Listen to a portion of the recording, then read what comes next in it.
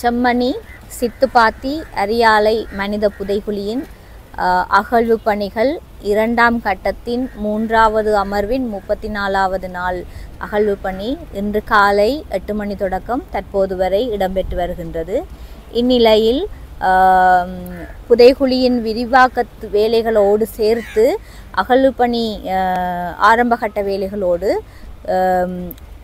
கிட்டத்தட்ட 16 புதிய மனித எண்பு தொகுதிகள் இன்றைய நாளில் சுத்தப்படுத்தப்பட்டு அடையாளப்படுத்தப்பட்டு வைக்கப்பட்டுள்ளது.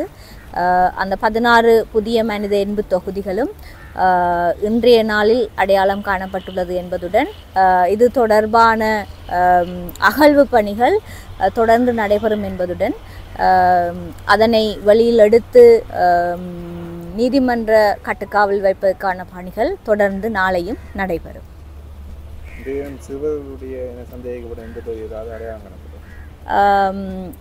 சில எண்பு தொகுதிகள் அடையாளப்படுத்தப்பட்டிருக்கிறது சிறுவர்களது மாதிரி. ஆனால் அது தொடர்பான முடிவை நாளைக்கு முழுமையாக சுத்தப்படுத்தப்பட்டதன் பின்னர் தான் அது தொடர்பான விடயம் கவனத்தில் கொள்ளப்படலாம். டிவிஐ யூடியூப் சேனலில் இணைந்திருக்கும் நேர்கள் அனைவருக்கும் எமது நன்றி.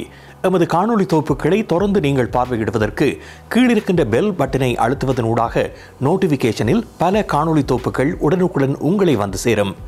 அருகில் இருக்கின்ற முக்கிய காணொளி தொகுப்புகளையும் பார்வையிட தவறாதீர்கள்.